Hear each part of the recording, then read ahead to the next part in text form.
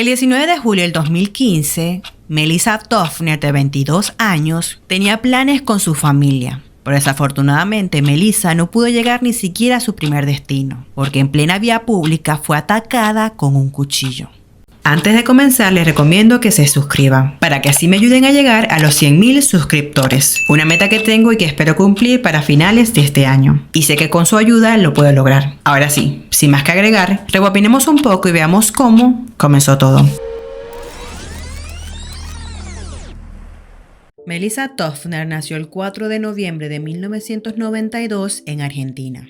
Hija de Eve y Marcelo Toffner. Ella tenía 5 hermanos llamados Agustín, Camila, Valentín, Daniela y Lorena. Una familia bastante unida, donde tenían más de 25 años viviendo en Gleu, una localidad argentina situada en partido de Almirante Brown, ubicado en la zona sur del Gran Buenos Aires, en la provincia de Buenos Aires. A sus 12 años, una maestra le había contado en el colegio la importancia de ser donante. Al llegar a su casa, Mel, como le decían de cariño, le entregó un papel a su padre. Este era el aviso de que ella quería ser donante de órganos. Siempre que podía, le repetía que algún día quería hacerlo, y decía que lo importante no estaba en el cuerpo, sino en los sentimientos. Poco después le confesó que quería estudiar psicología, por lo que después de graduarse de la secundaria, se inscribió en la carrera de psicología en la Universidad de Buenos Aires. Y para el momento en que ocurrieron los hechos, estaba cursando el 3er año. Ella se la pasaba leyendo libros de Sigmund Freud, era una apasionada del tema, y fue descrita como una joven muy estudiosa. Melissa también ayudaba en un almacén que tenía su padre. Su padre, quien la recuerda con mucho cariño, dijo: "Allí hablábamos de todo tipo de temas. Tenía mi mismo carácter, así que a veces chocábamos, pero nos llevábamos muy bien". Asimismo, en dicho almacén, su familia recuerda que solía hablar con los vecinos sobre sus problemas, e incluso en una oportunidad asesoró a la familia de un chico al que le habían diagnosticado trastorno generalizado de desarrollo. Para juntar unos pesos extra, los viernes y sábados trabajaba en un local de venta de ropa de Guernica. Uno de sus hobbies favoritos era hacer acrobacia y practicar tela en el Centro Cultural de Gleu. Era fanática de Silvio Rodríguez y de Callejeros. También le gustaba mucho hablar de política, aunque no militaba. Amaba participar en la organización de modelos de la ONU en escuelas secundarias y había presentado un proyecto para hacer lo mismo con UNASUR. Solía asistir a todo tipo de eventos solidarios y el Día del Niño del año 2014 había participado de un reparto de juguetes a chicos carenciados en el que le sacaron una foto con una nariz de payaso. Era fanática de Temperley, 4ª generación de hinchas, y seguía al equipo a todos lados. Cuando no se permitía el ingreso de visitantes, muchas veces se camuflaba para entrar igual a la cancha. Estaba involucrada en la vida del club, hasta le había ido a pedir al presidente que le diera más espacio a la actividad de patín. Sus allegados la describieron como una joven que tenía toda una vida por delante y muchos proyectos, los cuales se encaraba siempre con una sonrisa contagiosa. Y es así como, teniendo este contexto, es que vamos al día de los hechos. El domingo 19 de julio del 2015, Melissa Toffner, de 22 años, había comido un asado junto a su familia y después siguieron los mates. A eso de las 6:50 de la tarde, mientras todos se preparaban para ir a ver un juego de Temperley, ella salió rumbo a la parada del colectivo. Se había comprometido a asistir al Centro Cultural El Gringo de Gleu, con el objetivo de vender entradas para un evento artístico. Al salir, tenía previsto encontrarse con su familia en la cancha del club que amaba y seguía a todas partes, Temperley. Tenían que ver juntos el segundo tiempo contra Independiente, pero nada de eso se concretó. Resulta que Melissa no llegó ni siquiera a su primer destino, porque fue encontrada por vecinos de la zona, tirada gravemente herida y agonizando, a unos 200 metros de la puerta del Centro Cultural, entre la vía pública de Ricardo Gutiérrez e Hilario Ascasubi. De inmediato, Melissa fue llevada de urgencias a la UPA, Unidad de Pronta Atención. Según los médicos, se encontraba estable. Cerca de las 8 de la noche, los familiares de Melissa recibieron una llamada de la UPA donde les dijeron que la joven había tenido un accidente. Cuando llegaron, ya la habían intubado. Su madre entró a la habitación y cuando Melissa la vio, intentó sacarse todo. Esa pasó a ser la última vez que Melissa se movió. Allí estuvo internada hasta la madrugada cuando lograron trasladarla al Hospital Sillo-Libanés en Capital Federal. Pero cuando llegó allí, el diagnóstico cambió. Los médicos alertaron y constataron que Melissa presentaba 2 heridas punzocortantes profundas en la cabeza, una en la parte posterior y otra en la sien. También tenía corte en la cara, además de muchos golpes. Melissa ya había sufrido muerte cerebral, aunque los médicos ya habían aclarado que su estado era irreversible. Después de 3 días internadas, desafortunadamente el miércoles 22 de julio falleció. Sus familiares encontraron refugio en la solidaridad por la que, tal y como había manifestado Melissa en varias oportunidades, su familia autorizó para donar sus órganos ese mismo día. Además, como el cuerpo lo prepararían para la extirpación de sus órganos para trasplante, programaron para el día siguiente la respectiva necropsia a Melissa. En espera de los resultados, lo único que se sabía en ese momento es que había sido atacada de sorpresa. Por ende, sus familiares y amigos sabían que no había tiempo que perder y pidieron que si alguna persona había sido testigo del ataque o vio algo sospechoso, que por favor se comunicara a la comisaría.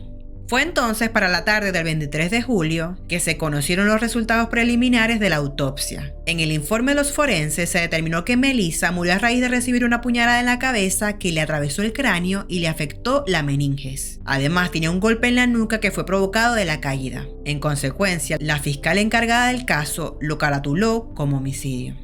Inicialmente, la hipótesis de un robo quedó descartada al advertir que la joven tenía todos los documentos, el dinero y su teléfono celular. No había sido despojada de ninguna de sus pertenencias. Además, no fue víctima de un abuso y su ropa no mostraba signos de que hubieran intentado sacársela. Se especuló también que pudo haber sufrido un ataque de hinchas rivales por su fanatismo por Temperley, pero manifestaron que Melissa tiene una campera abrigada que no dejaba ver esa prenda.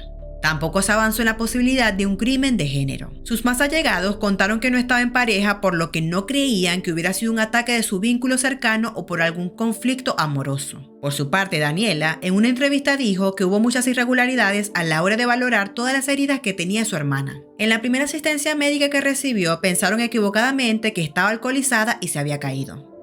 Incluso la suturaron las heridas que tenía en la cabeza porque creyeron que eran superficiales. Ahora la autopsia determinó que una de esas heridas fue fatal. Mientras buscaban saber qué pasó con Melissa, familiares y amigos la despidieron en las horas del mediodía del 24 de julio en un cementerio de Bursaco. Sus hermanos también se despidieron de ella a través de Facebook. Entre tantos mensajes, uno de ellos era: me levanté con la ilusión de que todo esto sea un mal sueño, una pesadilla, pero no es así. Todavía no caigo. Dame fuerzas para seguir adelante y cumplir el sueño que tanto queríamos. Te amo, Meli, y te voy a extrañar demasiado. Al día siguiente, a días del crimen, el equipo de Temperley salió a la cancha con remeras alusivas y una pancarta que mandó a hacer y pagó el arquero que decía: justicia para Melissa Toffner.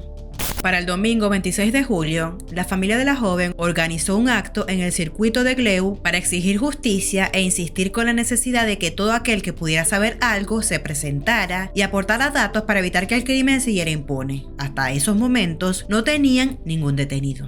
En el marco de este reclamo y como una forma de recordar a Mel, el evento se llamaba Sonrisas por Mel, porque era imposible verla a ella sin una sonrisa. En el acto también juntaron donaciones para los damnificados por inundaciones que se habían presentado en aquellos momentos. Siguiendo con la investigación, se les proporcionó a las autoridades los videos de las cámaras de seguridad de un gimnasio y una peluquería. De allí provino entonces la pista importante de la última vez que fue vista con vida la joven. La secuencia mostraba a Melissa caminando por la calle Almafuerte al 300. Después de ella se ve a un hombre que la persigue a unos 10 metros. La imagen se corta cuando los dos llegan a la esquina de Gutiérrez. Los investigadores creen que ambos doblaron a la derecha. A 1,5 cuadras de ahí, Mel cayó al piso con una herida mortal en la cabeza. Nunca llegó al centro cultural, donde la esperaban para un evento. Marcelo, el padre de Melissa, había observado junto con la policía los videos de las cámaras y a partir de allí pudo reconocer al principal sospechoso. Tenía 2 características que lo vinculaban con un hombre apodado El Buey. Una era una pequeña herradura en una pierna, provocada por un accidente de tránsito, y la otra era una incapacidad en una de sus manos. Sin embargo, no se podía arrestar ni sacar a la luz pública que se trataba de él, porque se necesitaban las evidencias que lo incriminaran. Marcelo tuvo que pasar por 2 momentos incómodos sin poder decir nada. El primero, el sospechoso había estado en la primera marcha que la familia hizo para reclamar justicia, ahí a unos metros de ellos. Y segundo, un mes más tarde, el 16 de agosto, fue a darle el pésame. El Buey llegó en auto y el papá de Melissa estaba en la puerta. Tenía puesta una camisa con la foto de su hija y él le dijo: no puedo creer lo que pasó. Para Marcelo todo fue muy difícil. Contó que no lo podía mirar a los ojos porque tenía claro que no podía ser una locura. El Buey después le contó que estaba viviendo en un terreno tomado a unas pocas cuadras de ahí. La policía me preguntó por vos. Dicen que les llegaron algunos comentarios. Te fueron a buscar pero no te encontraron por ningún lado, le respondió Marcelo antes de que se fuera. Tal vez eso último retumbó en el buey, debido a que al día siguiente, 17 de agosto, cerca de las 5 de la tarde, el sospechoso se presentó por su cuenta en la comisaría de Gleu y si bien no confesó, sostuvo que quería entregarse porque sabía que lo estaban buscando por el crimen de Melissa Toffner.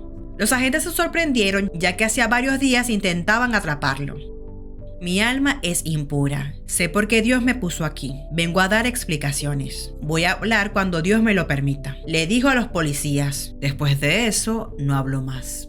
La fiscal de la causa, Mabel Lois, consideró que había elementos suficientes para acusarlo, por lo que le dictaron prisión preventiva y se ordenó allanamientos. Ya cuando finalmente se pudo hablar del caso, se supo que el protagonista de la insólita escena era un hombre llamado Oscar Orlando Sosa de 34 años de edad, alias El Buey, apodo que se ganó luego de que su mujer lo dejara por un amigo, mientras él estuvo preso por robar un almacén del barrio. Sosa conocía a la familia Toffner y era vecino de ellos. Marcelo mencionó que Sosa era un hombre al que siempre le dio la mano. Dijo: todos sabíamos que los fines de semana andaba en cualquiera, pero después venía y decía que estaba intentando recuperarse, que seguía el camino de Dios. Yo lo escuchaba, me quedaba media hora hablando con él. También se ponía a conversar con Mel. Ella le daba consejos. A veces les comprábamos unos panes que vendía casa por casa y otras le dábamos plata para los cigarrillos. El juicio contra Oscar Sosa comenzó el día 26 de octubre del 2017. Durante las audiencias, el fiscal Pablo Pandos señaló como prueba más relevante contra Sosa las imágenes de las cámaras de seguridad que captaron cuando el imputado seguía a Melissa mientras miraba hacia los costados y trataba de esconderse. Si bien las cámaras no tomaron el ataque, se los ve doblar en una esquina y a 100 metros de allí es donde la joven fue encontrada herida gravemente, sin que la hayan robado y sin signos de abuso. Por otra parte, también se valoraron los testimonios de las hermanas de la víctima que aseguraron que Sosa era una persona aterradora que provocaba miedo a las mujeres del barrio, incluso a Melissa. Su presencia incomodaba. Si lo veían en la calle, él las obligaba a saludarlo. Mencionó que se conocían, pero nunca dijeron lo mal que se sentían cuando estaba cerca de ellas porque nunca había pasado nada. Marcelo Toffner declaró ante los jueces que Sosa siempre fue una persona rara y sus hijas le tenían miedo. La familia sostuvo que el hombre era una persona peligrosa y esperaban que fuera condenado con la pena máxima para que no pudiera lastimar a nadie más. Además de eso, el historial de Sosa fue otro de los puntos importantes del debate. Dicho hombre manejaba una actitud común en todos los asesinos de mujeres. Tenía denuncias por robo y por violencia de género de su expareja. Incluso la pareja que tenía en ese entonces, con la que tiene 2 hijos, lo había echado de su casa por violento. Sosa también tenía denuncias por 2 intentos de violación a menores. Una de esas era su sobrina y la otra era la hija de una prima. También tuvo una condena por robo con arma blanca. Esa vez usó un cuchillo para asaltar a una chica, el mismo tipo de elemento que usó para matar a Melissa. A su vez, se presentaron testimonios de chicas que aseguraban que él las había acosado.